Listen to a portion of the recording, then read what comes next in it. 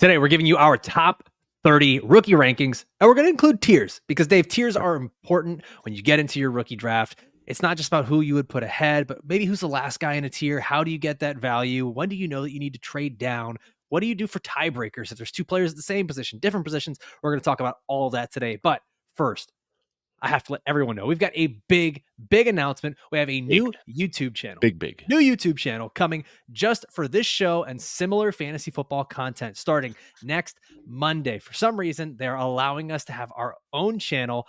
And starting next week, we're going to be giving you more rookie content, best ball mock drafts, best ball live drafts, redraft mock drafts. We're going to be giving you rankings in season. We're coming back again with waiver wire, trade targets, Sunday morning live start sit. We're going to be giving you episodes all throughout the fantasy football season. So make sure you find that. It's going to be YouTube Football Guys Fantasy Football. Okay, so you go on YouTube, Football Guys Fantasy Football, you'll be able to find that. This current channel is going to become the Audible, okay, with Sigmund Bloom, Cecil Lammy, and then we're also going to have the Football Guys Dynasty Football channel. Okay, so make sure you search on YouTube, Football Guys Fantasy Football. Dave, let's get into our first tier of rookies here. And just to let everyone know, we're doing this as if it were rookie draft rankings, super flex, and then there's no tight end premium. We're not really splitting hairs between PPR, half PPR. We're just going to give you kind of a super flex rookie ranking. So at number one, I think this is kind of where everyone is going to have it. Caleb Williams, and that starts our elite tier. That's what we're calling it here, the elite tier. At 2, Marvin Harrison Jr., and then at 3, Jayden Daniels. And I think I speak for everybody that the Marvin Harrison Jr., Jayden Daniels thing is kind of just, it's a tie. It's really just pick your preference there. So what I'm going to ask you, Dave, is when we figure out the second pick, does this come down to just needing a starting quarterback? How are you making that second pick? No, I don't think the team needs really matter all that much in Dynasty. This point in the season, you are just trying to take the best value available, and then you can figure out team needs as you get closer to the season. For example, I'm in a Dynasty league where I have Patrick Mahomes already, and then I have kind of just this slew of QB2s that I rotate through with Baker Mayfield and some other guys, and I took Drake Maye and JJ McCarthy. I don't have a need for quarterback, but the idea is that, if these guys play well, you can flip them before the season or in season for positional needs. So it's kind of weird. I've seen a lot of people, I've done 7 rookie drafts so far, and Marvin Harrison has gone number 1 in 5 of those 7. Wow. Which is kind of crazy to me. I think whether you've got a need or not, Caleb Williams, if he hits his absolute high-end range of outcomes, is going to be worth significantly more than Marvin Harrison. So I think, and again, this is kind of how we've got the tier set up with these 3, but I'm even taking Jayden Daniels, regardless of positional need, ahead of Marvin Harrison. So for me, it's Caleb Williams, Jayden Daniels, Marvin Harrison. There's almost no way that I'm budging off of that top 3 in that order. That's where I think you and I, right here off the top, we will differentiate. I think we both have Caleb Williams 1. I'm going Marvin Harrison 2 here if I'm sitting at the 2 spot, unless I have this desperate need for quarterback. And I do see, listen, there is the world, right, where Jayden Daniels is another Lamar Jackson. He is another prolific quarterback that can change things for your team. I just believe that Marvin Harrison Jr. is one of those can't miss generational wide receiver prospects. And being on the Cardinals, seeing what happens to a wide receiver 1 on the Cardinals and how that target volume just changes things. We're talking about a guy who's going to probably consistently be a top 5, top 6 wide receiver every year. Like, he could be joining Justin Jefferson and Jamar Chase as soon as next season. So for me, that's where my value leans. But honestly, I can't really fight anyone if they want to take Jayden Daniels over Marvin Harrison there. And for me, it's the rushing output, and we've talked about that a lot. I think some of the reasons there were some concerns about Jayden Daniels pre-draft were like maybe he'd slide, maybe he'd go to 3 and end up with the Patriots. But now that we've checked the box that he is in a good landing spot with a good supporting cast, we know he's got the long ball. We know he's got the rushing output as well. He's absolutely deserving of a top 3 pick. Yeah, I get that. I'm not going to push back hard on that. I think the only thing I might say is that I feel much more strongly that 5 years from now, we're looking at Marvin Harrison Jr. as being one of the most prolific players in the league, which also I'm just pulling that out of my butt here. Like, it's just, we're just saying things to say them. We haven't seen these players play in the NFL. Whereas Jayden Daniels, I do think there's slightly larger margin for, or room for error there, or a guy that does need to develop. Whereas Marvin Harrison, such a clean prospect. Now, before we go to tier number 2, I want to let you guys know we have a giveaway going on right here. Another promo. We did this last week. We're doing another giveaway here, but this one's really cool. This is totally different than anything we've done in the past. We are giving away spots in the Fort Lauderdale and Denver Scott Fishbowl live drafts where you can draft with either myself or Dave. Now, you don't have to be local. If you want to fly down from somewhere or drive from somewhere and be in our drafts, you absolutely can, but there is a spot reserved for you. This is how you can win it. All you have to do is leave a review on Apple or Spotify and send a screenshot of that review to abrown@footballguys.com. Once again, leave a review on Apple or Spotify, screenshot that, send it to abrown@footballguys.com. I'll leave the directions in the comments below and the description for the podcast, okay? You send that over to me, and we are going to announce the winner next Monday on our brand new channel, okay? And if you're not subscribed to it, make sure you go and subscribe to the new channel. That'll be also in the description and in the comments down below. Make sure to subscribe to that. And when we release our episode next week, we will announce the winner over there. And I got to say, Denver and Fort Yeah. Lauderdale, pretty good tourist spots. You know, like we're not asking you to come out to like Oklahoma or, you know, something like that. Like Denver and Fort No Collins. shade at Oklahoma, Denver man. and Fort Lauderdale. I'm just saying, I've got a lot of people. I'm hosting the event out here in Denver. You're hosting the event in Fort Lauderdale. And I know in Denver, we've got a lot of people coming from all around the country for this event. It's going to be a really, really fun time. Poor Oklahoma. They were just sitting there doing nothing, and you just had to hit them with that. All right, let's get to tier number 2, and I'm calling this one wide receiver ones no matter what. And this is where we've got Malik Nabers, who was drafted by the Giants, and Odunze, who was drafted by the Bears. And for some, they're interchangeable. I'd say most people lean towards Nabers over Odunze. Dave, I know that's where you lean. So what's your philosophy when choosing Nabers over Odunze here? For me, it's just that he has a much cleaner path to relevancy. Obviously, his quarterback situation isn't quite as good. We don't even know if it's going to be Daniel Jones or Drew Lock or Tommy DeVito. We don't know what's going on in New York, but we do know that he is going to be the clear-cut wide receiver one. Darren Waller, we're hearing some, rumors that he's not going to be playing next year. Saquon Barkley is out of the picture. This reminds me very much so of Garrett Wilson, where Garrett Wilson had terrible quarterback play as a rookie and still was able to rack up over 1,100 yards and have a good fantasy season. I think we see the same type of thing for Malik Nabers. Odunze, you can make the argument that he is going to have a better first 5 years in the league, and I want to push back on that at all. I think that's very possible that he can do so, but right now his path to relevancy is going to be pretty tough, being on a team with, one, a rookie quarterback, and we know rookie quarterbacks struggle to support multiple fantasy weapons. He's also got DJ Moore and Keenan Allen ahead of him. Cole Kmet is going to be there taking some targets as well. So for me, it comes down to who's probably going to score more points in 2024, and I'm going to lean pretty easily towards Malik Nabers there. If anything, I'd say to draft Malik Nabers at 105, or I'm sorry, at 104. And then if you want Odunze as well, wait until midseason or wait until next offseason. Hopefully he can dip a little bit in value. We just saw Jackson Smith-Njigba go from being the wide receiver 9 in Dynasty before he ever took an NFL snap, and now he's the wide receiver 26 in Dynasty. So I can't guarantee that Odunze is going to follow that similar trajectory, but it seems somewhat likely. So for me, the difference is I love the fact that Odunze is paired with Caleb Williams. I love the fact that I know what's going to be happening here over the next 4 years. These guys are on contracts together. They're going into rookie minicamp together.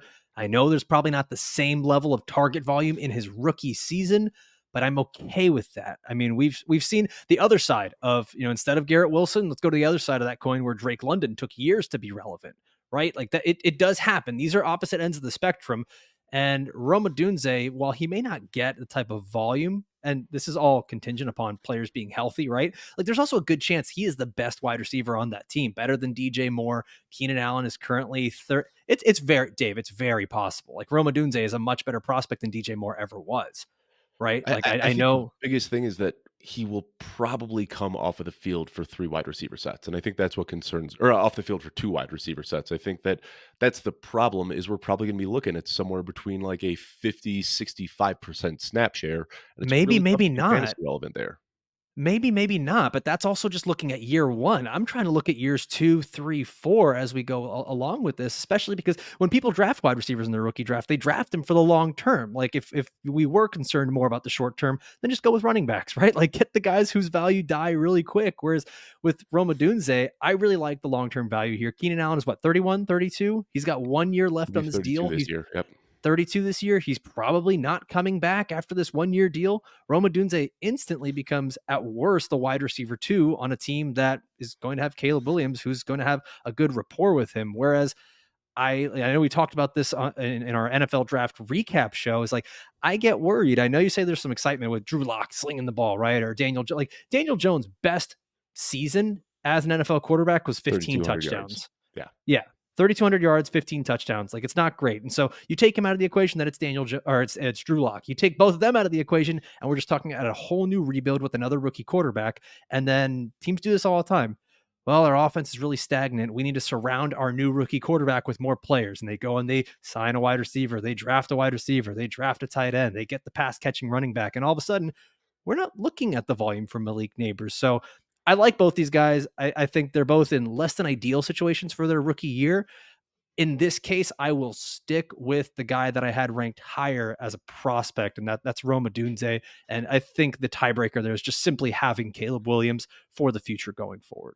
And that's fair. And I preferred Nabers as a prospect. So that's why I'm kind of sticking to my guns here, because I think that the knocks to Right. both of their situations, knock them down similarly, where one doesn't have a quarterback, one is surrounded with really good playmakers. It is impossible to project what situations are going to look like beyond 1 year. So right now Yeah. we're saying, yeah, it's terrible for Rome Odunze or for Malik Nabers, and we expect that Caleb Williams is going to be good.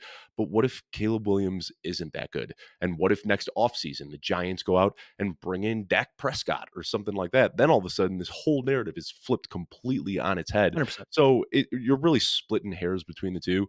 I Yeah. prefer Nabers as a talent, so I'm going to take him ahead. But you really can't go wrong with these guys. And honestly, if I'm sitting at 104 and I could trade back to 105, pick up a third round pick or something like that, and just let my league mate make the decision for me, I'm A-okay doing that, because these guys are so close in value. And that's exactly why tiers matter. Because if you can get the same quality of receiver or a guy that you're equally as comfortable with at pick 5 and it's still within that tier, this is why you do it. This is why you set up Mhm. the rookie rankings this way. Oh, man, just thinking of Drew Lock slinging the ball this season. It's exciting. All right, let's go to tier number 3. We're at 6 and 7. We've got the situation dependent quarterbacks. And both of us really liked Drake Maye as a prospect. We Yep. had him ahead of JJ McCarthy. And at least right now for these rankings, we've got them in the same tier. Let me just double check. We both still have Drake Maye ranked ahead of JJ McCarthy. I know 6 a and lot of 7 for me. people. I think we were in Yeah, lockstep 6 and pretty much 7. through Yep. here, outside of a few, one-offs flipped. Yeah, and I think a lot of people have now moved JJ McCarthy ahead of Drake Maye because of the landing spot. Yeah. And I can get it. I can understand it. I can value that opinion because it is a very good situation. It's Justin Jefferson, TJ Hawkinson. It's a good offensive system. We saw Josh Dobbs do well there. But I also see this too. JJ McCarthy is a guy who has never really had a lot of passing volume in college. He's never been that Kirk Cousins throwing the ball 40, 45 times in a game. This is a guy who's always, if you go back to 2022, Drake Maye had more completions in college than JJ McCarthy had attempts. Yep. And then on top of that, you could say, well, JJ McCarthy's really athletic. He'll run, right? Drake Maye outrushed him every single year. Mm-hmm. So I get it. I get the hype. I get that there are people that like the intangibles for JJ McCarthy. I get that there are people that like the landing spot for JJ McCarthy. I'm still going to stick with the guy that I think is supremely talented. I think that's what it comes down to, is that Drake Maye is just really, really good. The Patriots are going to invest everything around him. And yeah, he might not start for like the first 6 games. The same could be possible for JJ McCarthy. And these guys could both just kind of have a wash of a rookie season. And you're looking at who's going to be better long-term, who's going to be more dynamic. It could very easily be Drake Maye. And once again, I'm sticking with the guy that I had rated higher and hoping that this team continues to build around him. Whereas the Vikings, some of their guys are getting a little bit older. There's some money questions here and there. There are things that could tip and change. I don't know, Dave. What's the tiebreaker for you between these guys? Just that I think Drake Maye is a better talent. That's really what it Yeah, comes down I to for think me. it's that simple. Yeah, and I think the tiebreaker for me, really why I prefer Drake Maye ahead of JJ McCarthy, and I just had this conversation briefly with Andy Behrens on Twitter when I shared a screenshot, like I said, where I took Drake Maye and JJ McCarthy, and I did take Drake Maye first, and he said he thought that was kind of crazy that I took Maye Yeah, I ahead of saw. McCarthy. And what I said for me is that the tiebreaker is that I think Drake Maye starts more in 2024, and I think that's really, a lot of the times when I look at guys as similar prospects, for me, it comes down to what are you going to do for me immediately? And I think Drake Maye has a quicker path to relevancy in 2024. Drake Maye or JJ McCarthy might not play in 2024. I think that they're somewhat confident in Sam Darnold. They might just trot out Darnold for the whole year. Maybe we see some spot starts at the end of the season from McCarthy. Maybe we see that with Jacoby Brissett as well. Trying to read the tea leaves here, it's really tough to get a read on either of these situations. But for me, I think Drake Maye is a better quarterback. And I think that he is more likely to play more games in 2024. And yeah, the situation right now is better for JJ McCarthy, but I'm not willing to overreact that much to the situation because, as we just talked about with Malik Nabers and Odunze, situations are really tough to predict long term. Like you said, these guys are getting older. And right now we're saying the situation when trying to tout JJ McCarthy, but God forbid TJ Hawkinson injures himself again. Justin Jefferson leaves in free agency. Then what? We're excited because JJ McCarthy is throwing to Jordan Addison as wide receiver 1 in 2025. It's just so tough to project situation long term that I try my best not to fall into that trap. Yeah, and that's honestly, I think we're both kind of doing that here with the quarterbacks, and we're both doing that with those top wide receivers. Is just not necessarily sticking to our guns and not paying attention to draft capital and landing spot, but it's figuring out how we value the actual talent over landing spot because so much can change, right? JJ McCarthy has a bad year, and Justin Jefferson's like, dude, get me out of here. Like, Yep. I'm done with this, right? It's within the realm of possibility. Let's go to tier number 4, where we've got numbers 8, 9, and 10. We got Brock Bowers, number 8, tight end for the Las Vegas Raiders. 9, Brian Thomas, wide receiver for the Jacksonville Jaguars. And at 10, Xavier Worthy, wide receiver for the Kansas City Chiefs. And we all You're know the still perfectly story. in lockstep through here, even the same order, I Yeah. believe, right? Yep. Yeah. 8, 9, 10, straight through, man. Yeah. So right now And this is we're after pretty much in these agreement. 3 is where there is a big tier fall off. So again, Yes. we'll get into Yes. that. I mean, we're talking tiers obviously in this show, but this is where you want to be. You want to have one of these picks because after here, it's not that you can't hit. I mean, there are still going to be some good players, but after 110 is I think where you say, ooh, things are getting a little bit murky here. So you want to try to trade inside the top 10 if you can. I almost think there's like a little mini tier for the next 3 players that we have Mhm. after these guys, 11, 12, 13, because they could all potentially, not all, but you're rotating who could be in that first round. But let's talk about these guys. These are the pass catching playmakers that we're looking at here. And Brock Bowers goes, I believe, was pick 13 to the Las Vegas Raiders, and it was very surprising to people. But if you know Tom Telesco, you've seen what he's been doing throughout the years. He just gets best player available. He takes these guys that are playmakers. He has always done that. It was not surprising to me. What is surprising, though, is that it was a tight end, that it was Brock Bowers, that they already have Michael Mayer on this team. And I think for a lot of us, maybe Brock Bowers was going a bit higher before this. I think it's a very small drop off, and you're not necessarily dropping Bowers because of the landing spot. You're not dropping him anymore because of the landing spot, Mhm. because you don't really know what you're getting with these wide receivers. Brian Thomas, Xavier Worthy, these are guys that probably going to be the third target on their team, right? So you've got this blue chip tight end that has sort of a sketchy quarterback situation, but it's likely he's going to be used a ton in very creative ways versus high potential wide receivers with good to elite quarterback play when we're talking about Xavier Worthy with Patrick Mahomes. So, Dave, I'm going to ask you this question. You're at pick 108. You're sitting there. You're looking at Bowers, Thomas, Worthy. Is Bowers the auto draft for you here, or are there concerns that make you maybe skip him and go with one of these wide receivers?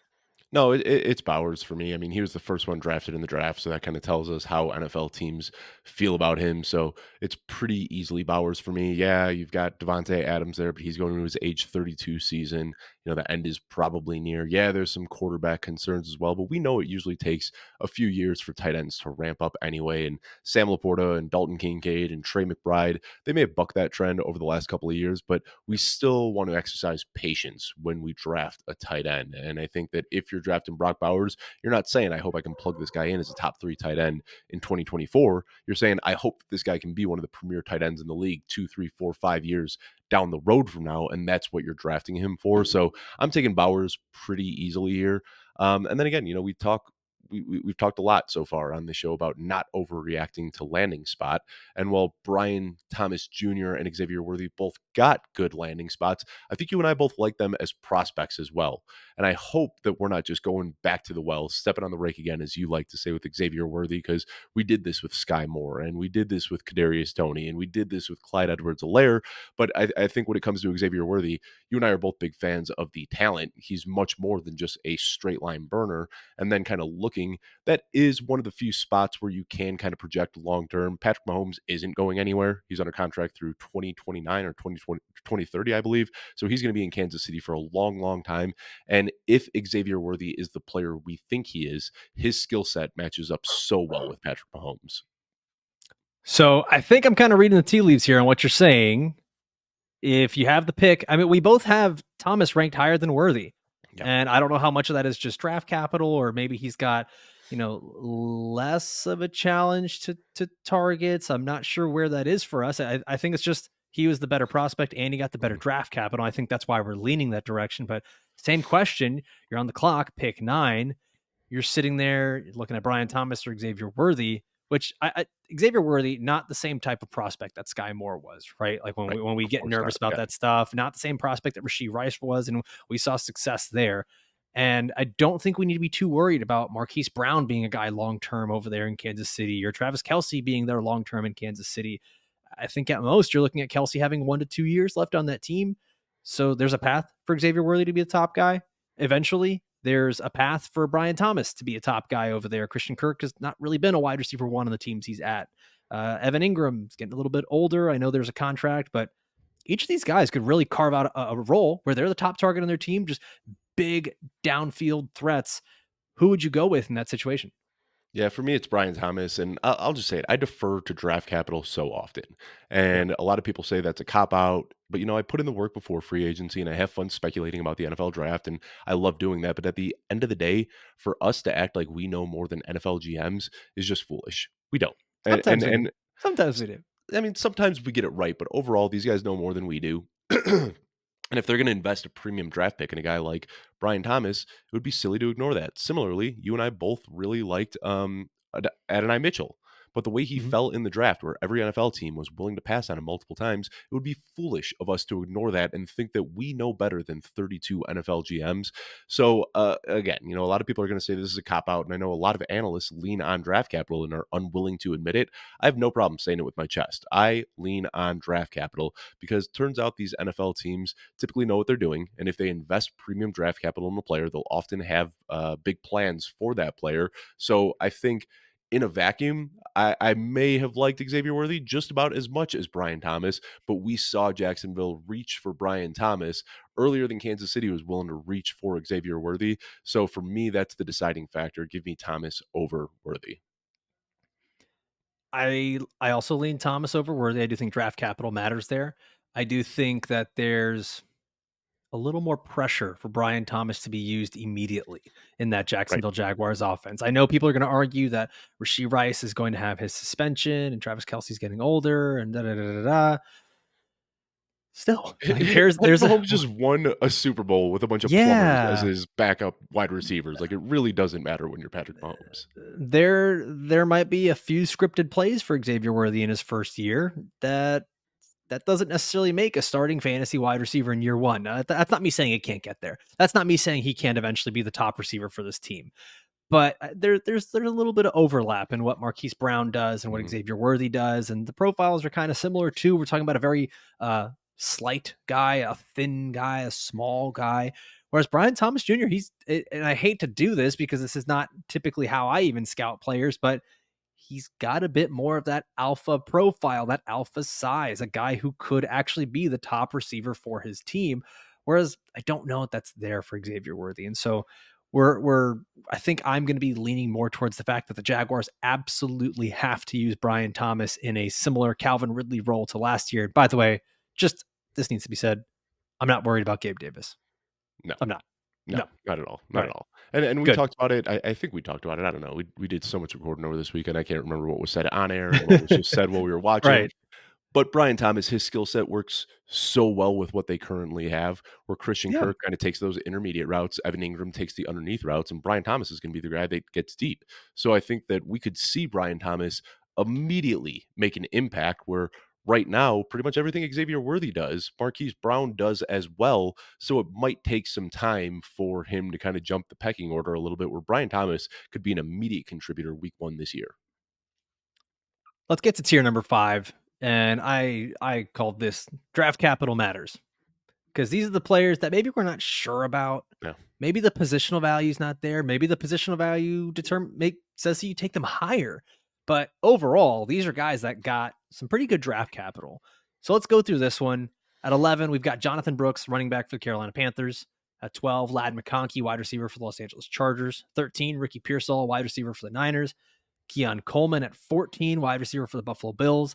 At 15 and 16, we've got Bo Nix, quarterback for the Broncos, and Michael Penix Jr., quarterback for the Falcons. And then we close out this tier with Xavier Legette, wide receiver for the Carolina Panthers. And I mean, there was no other name I could call this except for draft capital matters. Jonathan Brooks is the first running back. Ladd McConkey, Ricky Pearsall, Keon Coleman, Xavier Legette all get taken that end of first, early second. And not all of them have ideal landing spots or complete profiles that give them the ability to produce right now.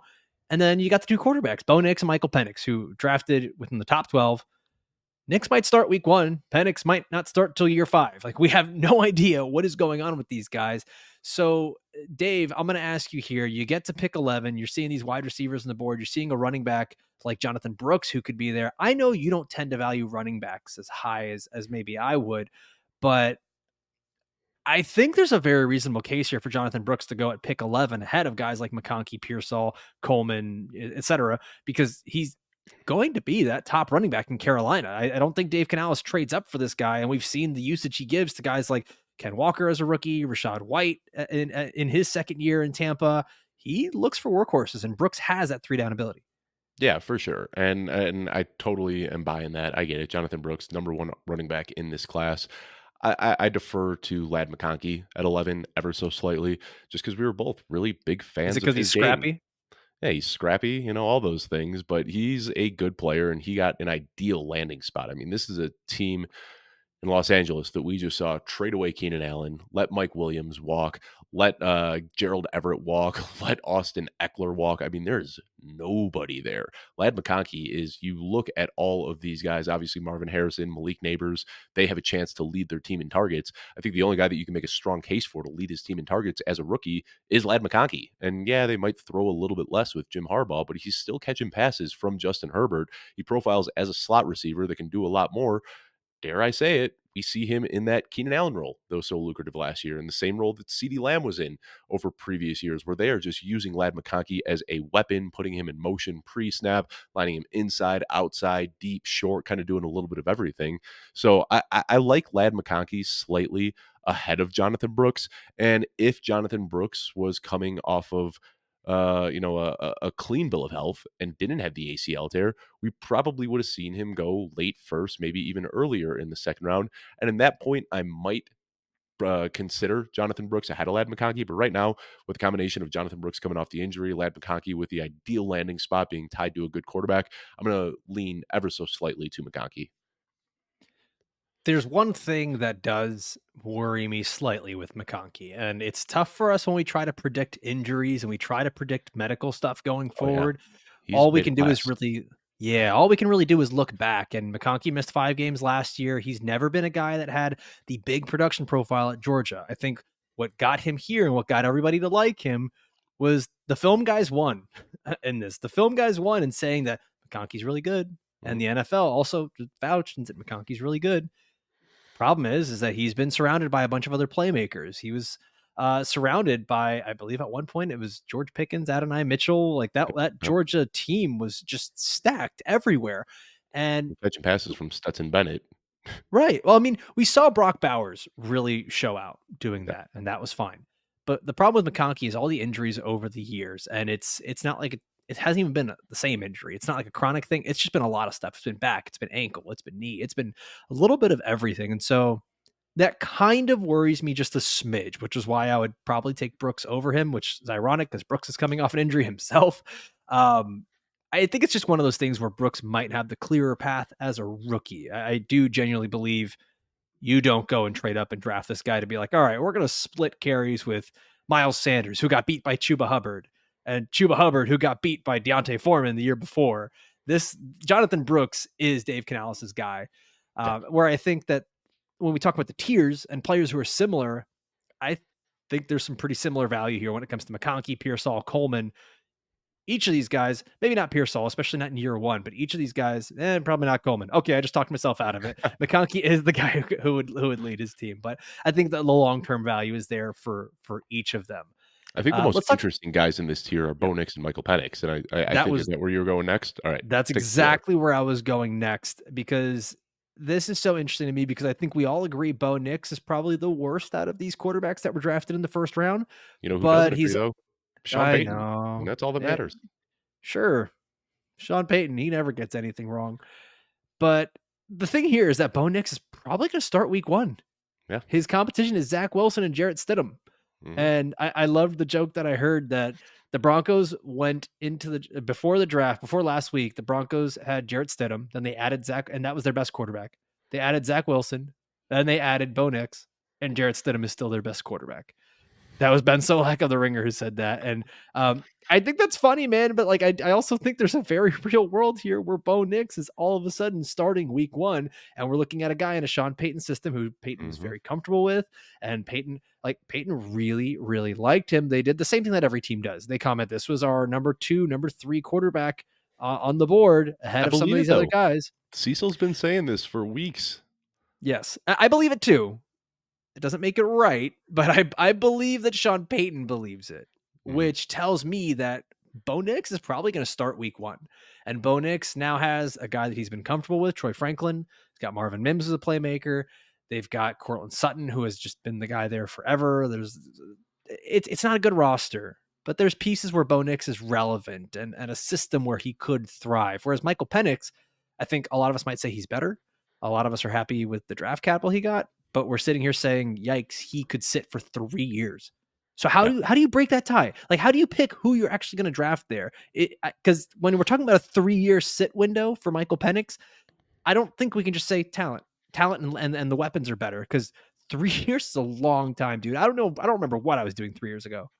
But it might not be 3 years. I mean, they've got kind of an out built into the contract after 2 years where they can let Kirk Cousins go. But also, like, what if Penix, when Kirk Cousins is rehabbing from this Achilles injury in summer camp, what if Penix just comes in and builds immediate chemistry with all the guys? It would be crazy to bench a guy that they're paying $100+ million. But also, what if Kirk Cousins, going into his age 36 season, re-injures himself? Like there's so many ways that Penix, we immediately assume the best, that everybody's going to play healthy and that Kirk Cousins is going to be good. But what if Kirk Cousins just like doesn't pick up the new offense? And what if his injury doesn't heal as well as he is? And again, these are all what ifs, but this is kind of where I live in Dynasty, is in the what ifs. I don't try to project what's going to happen years and years down the road.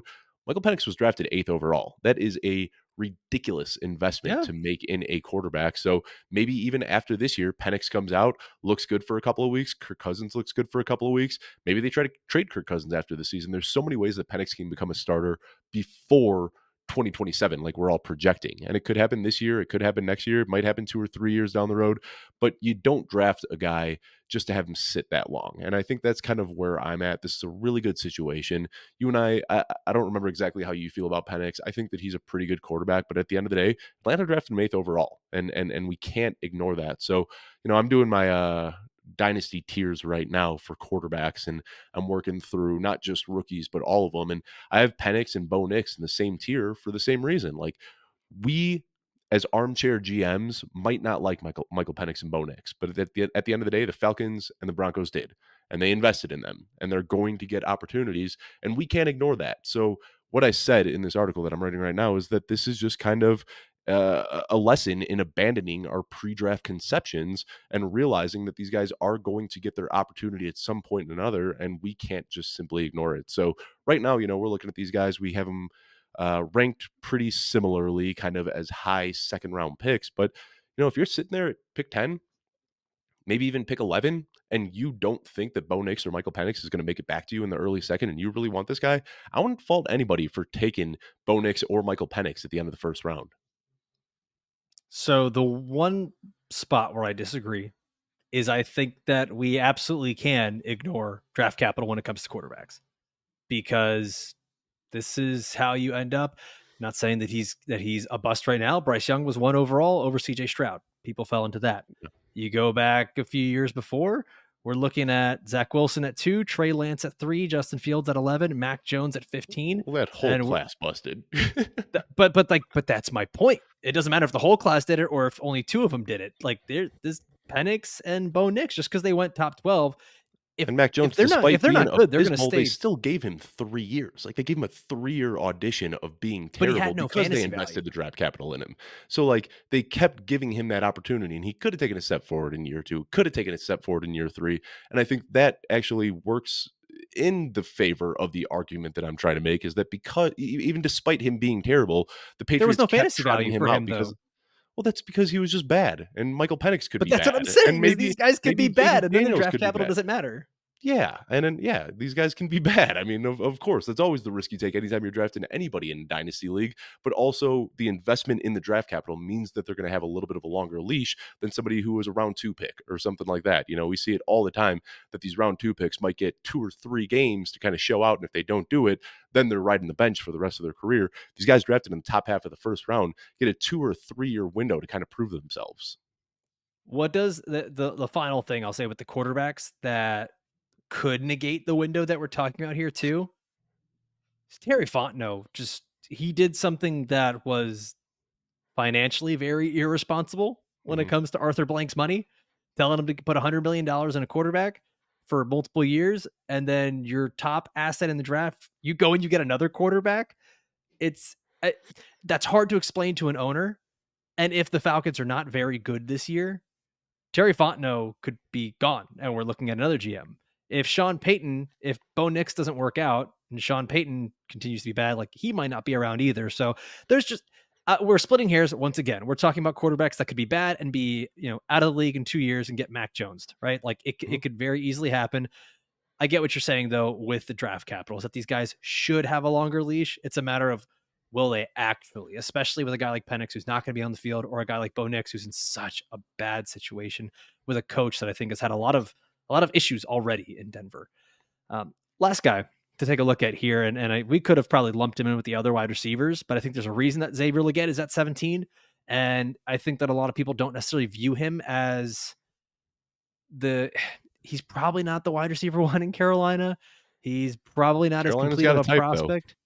They do. I mean, why get Jonathan Mingo when we got Jonathan Mingo at home? But here we go. Let's do this. I don't dislike Xavier Legette, but I do think there's enough to be worried about with his profile. And hearing Dave Canales say we're going to use him out of the backfield, we're going to use him on crossers. I get it. I get that we can be gadgety with a guy who's super athletic, but I kind of hate that that's where we're at with the guy who was picked. What was it, 32, 31? Yeah, I kind of hate 32, that they that's traded where up we're into the at. first to get him, so that's, Yeah, which speaks yeah. volume of how much they wanted him, right? Like Mhm. that tells us they really wanted him. But these were the same things we were hearing about Kadarius Toney. And I'm not trying to say that they're the same prospects, so don't kill me in the comments. I'm just saying I don't like hearing the gimmicks that we're going to use to get a player the ball when we draft him in the first round. I Yeah. want to know if this guy can hit the ground running and make the quarterback better, make the quarterback more comfortable. It almost feels like they're trying to use the quarterback to make the receiver more comfortable here, Right. which is why I rank him a little bit lower. I feel like, Xavier Legette immediately became such a polarizing pick, but I think it's much simpler than people are making it out to be. Yeah, you could plant your flag and say he's going to be good or he's going to be bad. I'm not willing to do that. We just know that this player has a very wide range of outcomes. Maybe he's the next DK Metcalf, which we saw Dave Canales bring out the best in DK Metcalf. Yeah. Maybe he's the next Jonathan Mingo and is just too raw and unpolished to do much of anything at all. And that's it. I mean, when you take Xavier Legette at the end of this tier, which I'm totally okay taking. Like, if he was going in the late first round, I'd be out on Xavier Legette, but you can get him in the middle of the second round. And if it pans out, sweet. He is a giant Sweet. freak of nature who can go for 1,400 yards. And if he doesn't, you lit a second round pick on fire. And that's, I think it's as simple as that. He's got a very, very wide range of outcomes. Maybe he pans out, maybe he doesn't. I'm not going to pretend to, plant a flag one way or the other. Yeah, I would say talent-wise, he's very close to the guys that are ahead of him, Keon Coleman and some of those other guys. Situation-wise, it's not the same. And at least Keon Coleman has a path to being the wide receiver one on that team. I don't think Legette has that with Deontay Johnson there. And now Panthers this are commit, low key kind of like a decent offense, though. Like, it's not a bad they ecosystem are. for Bryce Young. Deontay Johnson is wide receiver one. Legette, they went out and they got Sinnott. They drafted Jonathan Brooks. They've still got Sanders and Chuba Hubbard there to take off They the didn't get load. Sinnott. They got Oh, Jatavian Sanders, that's the right, tight end out of Ja'Tavion Sanders. Texas. Exactly. Yeah, Yeah, yeah, yeah, yeah. my bad. But like they did what you want to see a team do around a young Yes. quarterback that struggled in Upgraded year the one, and they O-line. surrounded him with talent. Yeah. Yeah. To me, that says so much more about Bryce Young. Like that's the guy that I've been wanting to get. That's the guy that I've been more comfortable with investing in. And I think Dave Canales can absolutely turn that team around. I don't know how much that is going to involve Xavier Legette, but that's why we have him here at number Mhm. 17. This ranks the bottom of tier 5 because he's that guy that could be on a very good offense with a smart coach. If this is where you're at and you're at pick 17 and all these other guys are gone, cool. I'm taking Xavier Legette over the guys that we have in this next tier. And let's move on to that one because this is tier 6. And I call this tier There's a World Where, because there's a world where at 18, Adonai Mitchell, wide receiver for the Colts. 19, Roman Wilson, wide receiver for the Steelers. Trey Benson, running back for the Arizona Cardinals. Blake Corum, running back for the Rams. Jalen Polk, wide receiver for the Patriots. And Malachi Corley, wide receiver for the Jets. There is a world where these guys are very fantasy relevant as rookies. If, let's say, the Colts, there's some sort of issue with Michael Pittman, he gets injured, knock on wood, we never want that. Adonai Mitchell has that type of profile where he could be the wide receiver one for Anthony Richardson. Roman Wilson is basically Deontay Johnson, but he blocks. Mhm. And he'll be good in Pittsburgh as well. And Pittsburgh has a great track record of drafting wide receivers, and that's why we put him at 19.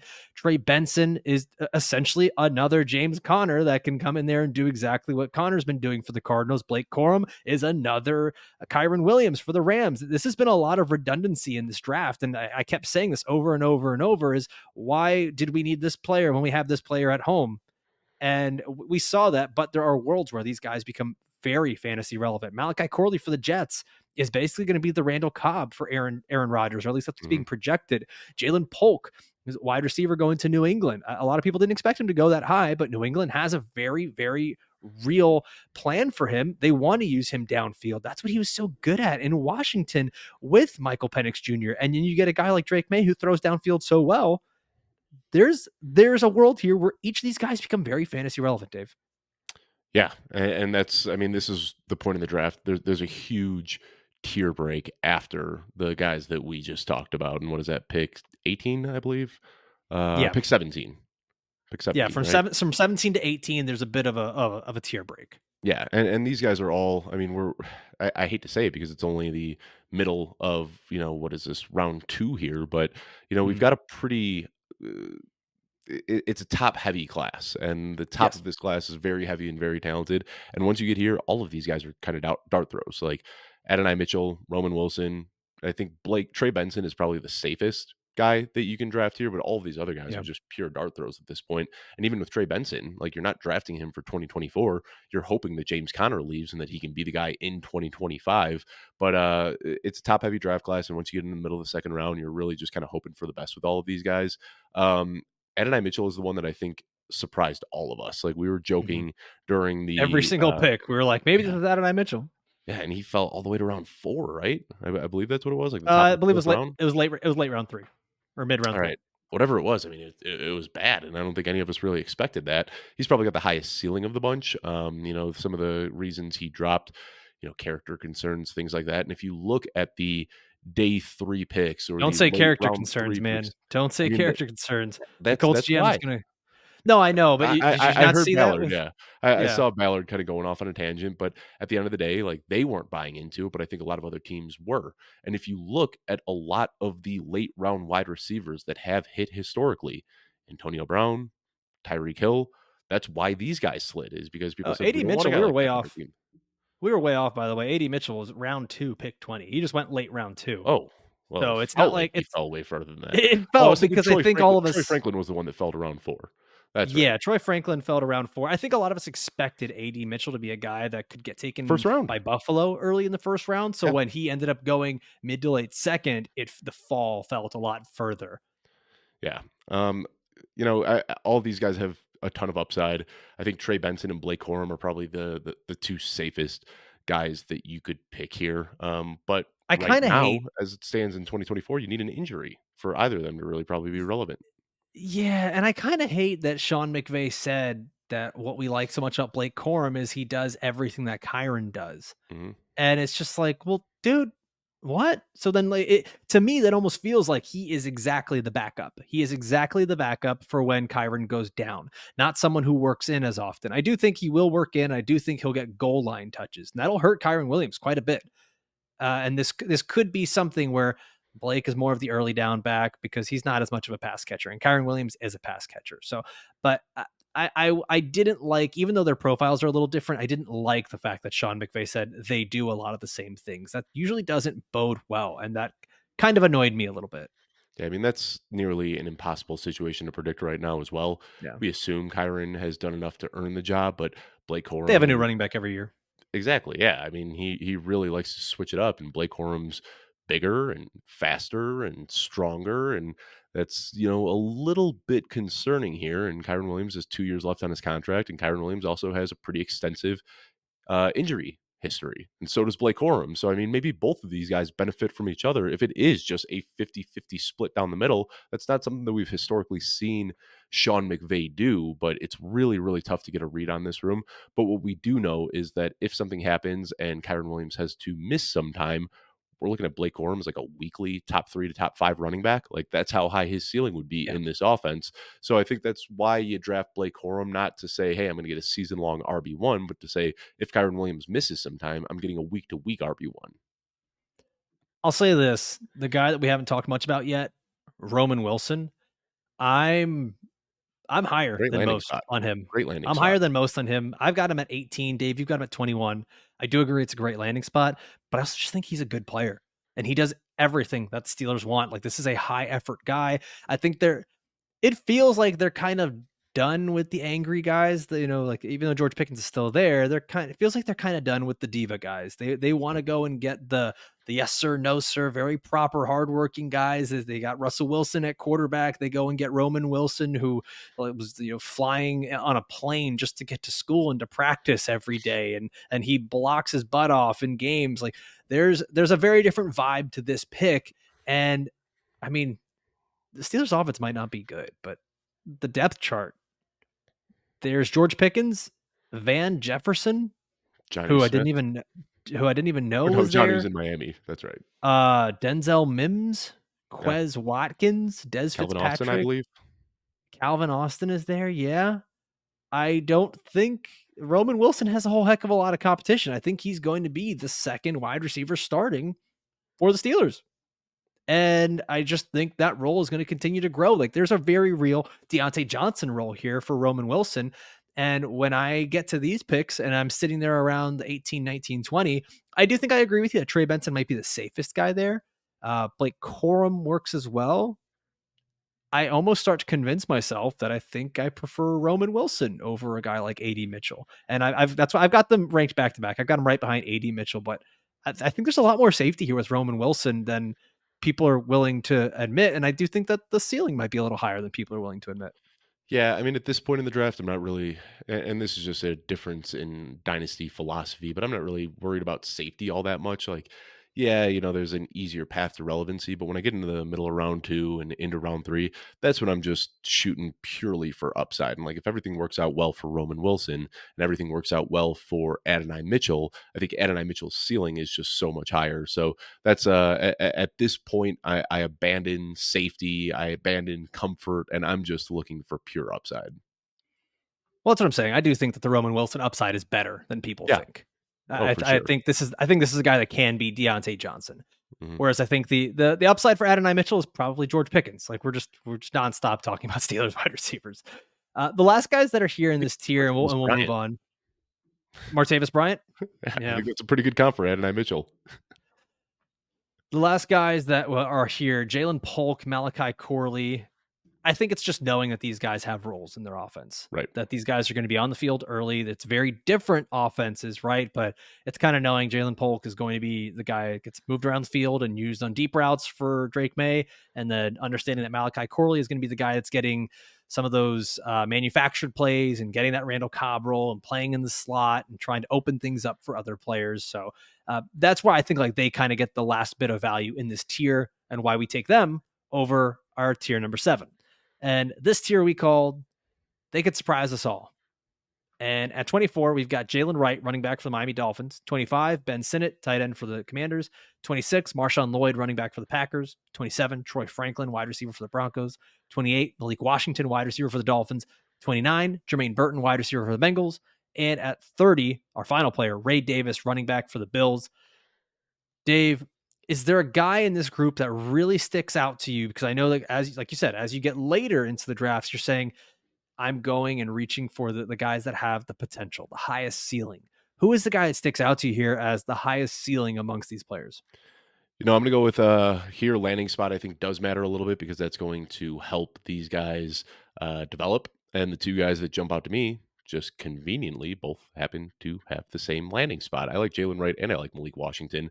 I think that both of them are in a position where they need somebody on this offense, not named Tyreek Hill and not named Jalen Waddle and not named Devon Achan. They've got these three that are good, but at the end of the day, Raheem Mostert now is probably looking at the end of his career and maybe he's still got some left in the tank. He had injuries that kind of kept him from getting too much tread on his tires in his early years.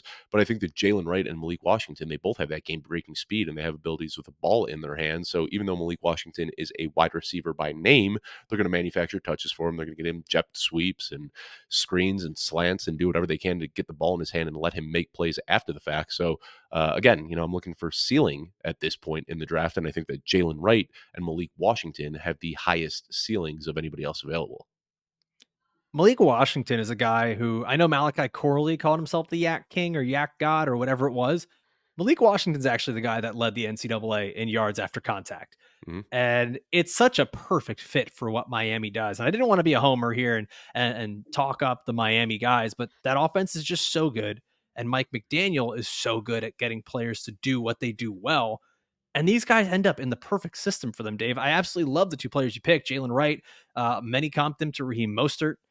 Malik Washington, he's really in that perfect slot role that Miami has not had a real slot wide receiver. And we know they love to throw the screens. We know that they love the end arounds and jet sweeps and all that.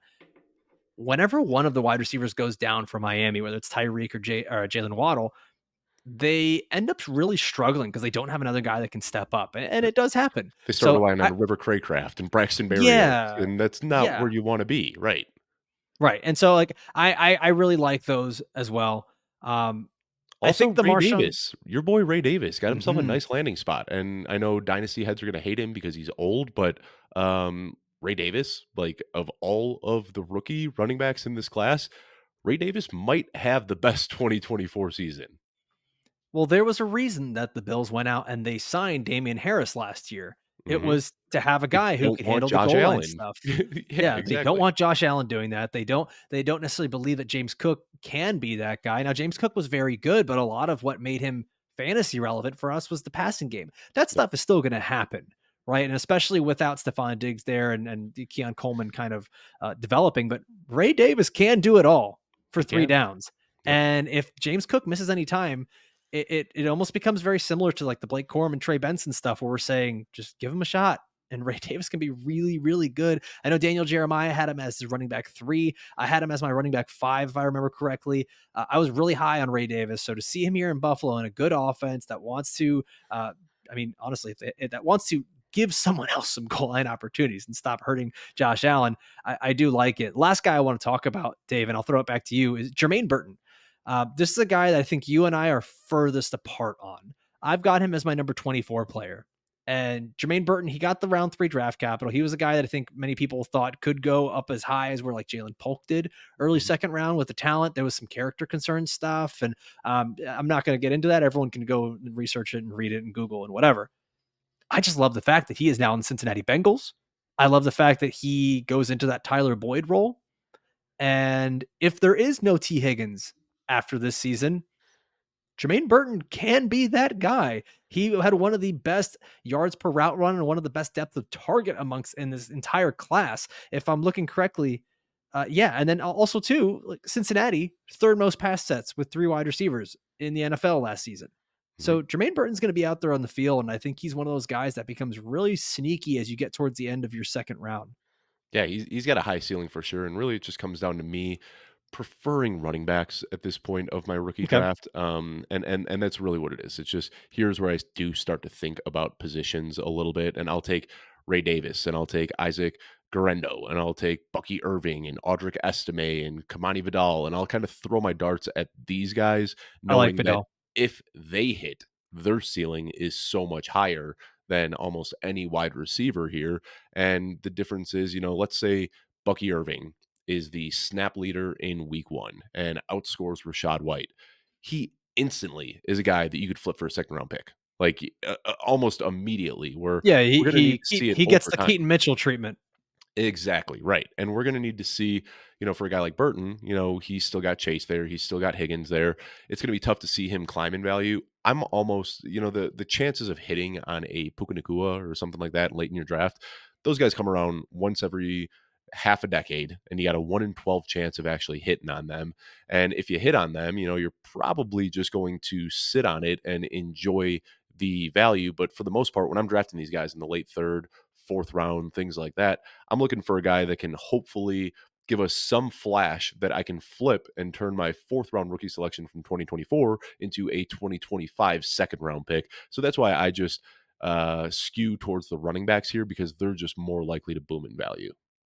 Yeah, so it seems like, if I'm getting this correctly, as you get later into the draft, your philosophy is more so the guys with the high potential, because you can flip them quick for draft capital. You can flip them for value if need be, correct? Right. Exactly. And where I lean a little bit more is, I think maybe safety is the wrong word, but it's the guys who I know can or will be on the field, because that to me tends to be the best path to relevance, is the guys. Because once you get here to this point, it's all a matter of, can these guys actually be on the field? Like, what gets them there? The third round and the end of the second round in rookie drafts is littered with guys that never amount to anything. So it's Right. what can get them on the field early. And I think that's why I lean towards a guy like Jermaine Burton, Ray Davis, these guys later in, or in the middle of the third or early third to late second, because I think they're going to get on the field early and they have the talent to keep that going.